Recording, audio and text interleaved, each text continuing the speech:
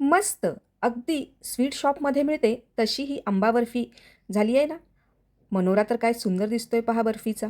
आणि खायलाही तितकीच स्वादिष्ट, रवाळ आणि टेक्स्चरला एकदम खुटखुटीत झालेली आहे.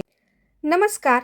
सोलापूरच्या पुणेरी तडका चॅनलमध्ये आज आपण आंब्याची अजून एक रेसिपी पाहणार आहोत. ती म्हणजे आंबा बर्फी किंवा मँगो बर्फी. ही पुण्याची प्रसिद्ध अशी बर्फी आहे बरं का. याआधी आपल्या चॅनलवर आंब्याचे बरेच प्रकार दाखवलेले आहेत. त्यात आपण आंब्याचा रस, कुल्फी, आईस्क्रीम, स्मूदी, पुण्याची प्रसिद्ध मँगो मस्तानी, मँगो लस्सी आणि बरंच काही. तर मग म्हटलं यावेळेस आता आंब्याची आपण बर्फी करून पाहूयात.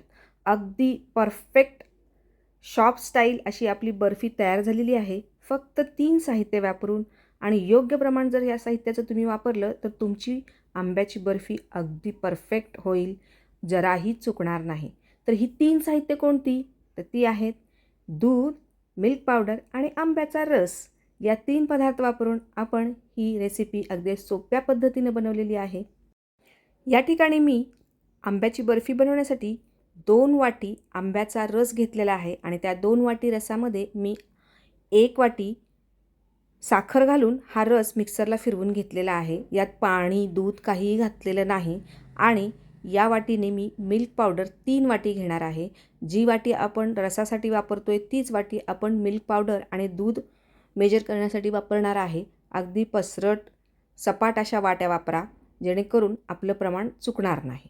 इथे मी 3 वाटी मिल्क पावडर घेतली आहे 2 वाटी रसासाठी आणि 2 वाटी रसामध्ये आपण 1 वाटी साखर घातली आहे. आता ही आंबा बर्फी बनवण्यासाठी शक्यतो आपण इथे हापूस आंबा किंवा देवगड आंबा घ्यायचा आहे, जेणेकरून याच्यामध्ये धागे किंवा रेषा नसतील आणि बर्फी एकदम स्मूथ आणि एकसंध बनेल.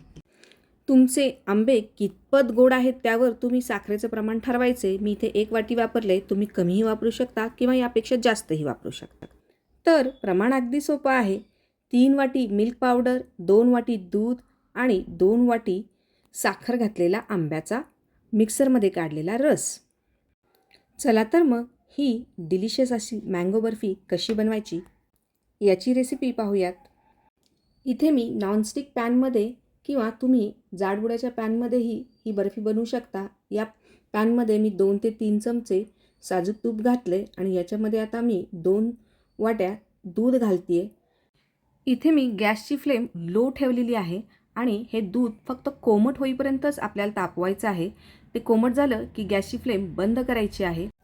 दूध हलकंसं कोमट झालं आहे, मी गॅसची फ्लेम बंद केली आणि याच्यामध्ये आता आपण जी 3 वाटी मिल्क पावडर घेतलेली आहे ती घालायची आहे. मिल्क पावडरऐवजी तुम्ही डेसिकेटेड कोकोनट किंवा ताज्या नारळाचा किस किंवा याऐवजी तुम्ही खवाही वापरू शकता.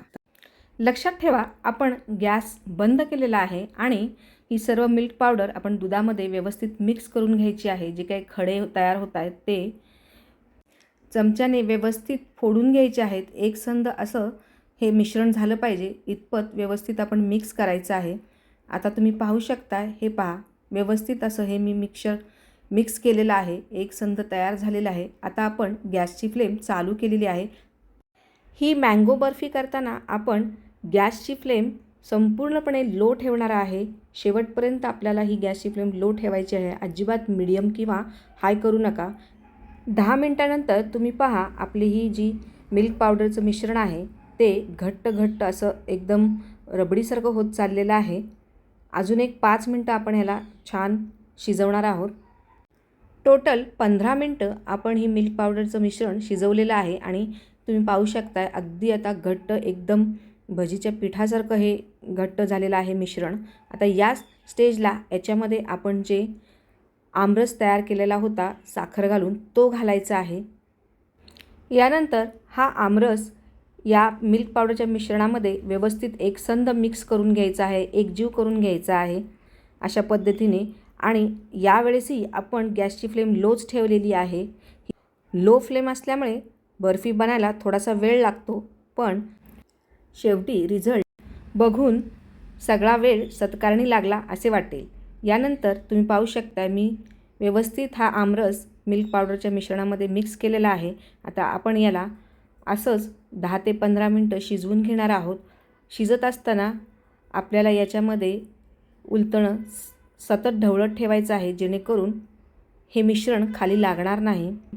बरेच जण यामध्ये केशर काड्या किंवा वेलची पूड घालतात स्वादासाठी, पण मला फक्त मँगोचा स्वाद हवा आहे, म्हणून मी याच्यामध्ये कुठलाही आर्टिफिशियल कलर किंवा केशर काड्या किंवा वेलची पूड घालणार नाही.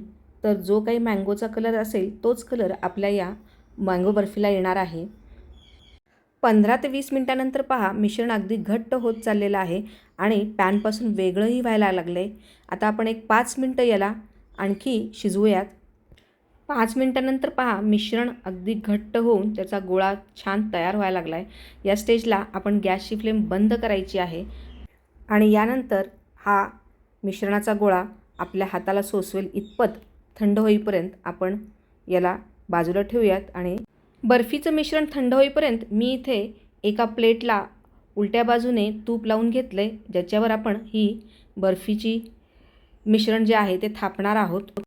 बर्फीचं हे मिश्रण हाताला सोचवेल इतकं थंड झालं आहे. आता आपण हे या प्लेटवर व्यवस्थित थापून घेऊयात, जेणेकरून आपल्याला याच्या वड्या पाडता येतील.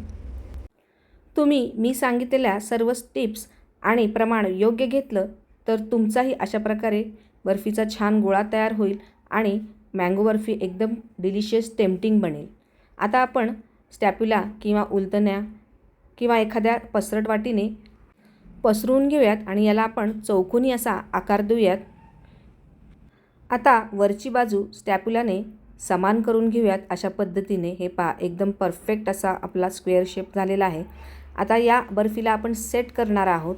एक अर्धा तास आपण याला असंच थंड होऊ द्यायचं आहे. त्यानंतर आपण याच्या वड्या पाडून घेऊयात.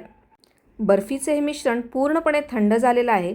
आता आपण याच्या चौकोनी अशा वड्या पाडून घेऊयात. प्रथम मी साईडची ही कडा कट करून घेते, म्हणजे परफेक्ट असा स्क्वेअर शेप तयार होईल. बाजारात मिळतात अशाच शेपच्या मी वड्या पाडण्याचा प्रयत्न करते आहे. पहा, अगदी स्मूथ अशा चाकूने वड्या पडत आहेत, कारण मिश्रण पूर्ण थंड झालेलं आहे. साईडच्या कडा काढून घेऊयात. तुम्ही पाहू शकताय सहज अशा या कडा निघत आहेत.